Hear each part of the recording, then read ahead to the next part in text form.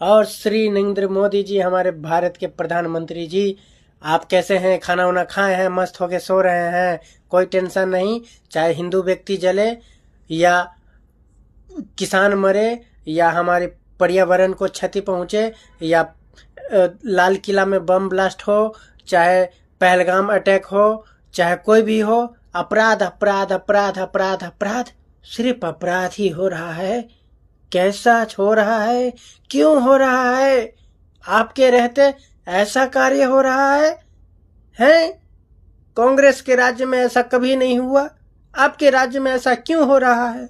असंभव। इसको संभव कीजिए।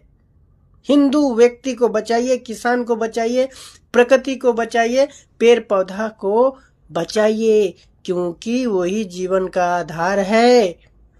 अपना सत्ता के लालच में यूं ना कीजिए।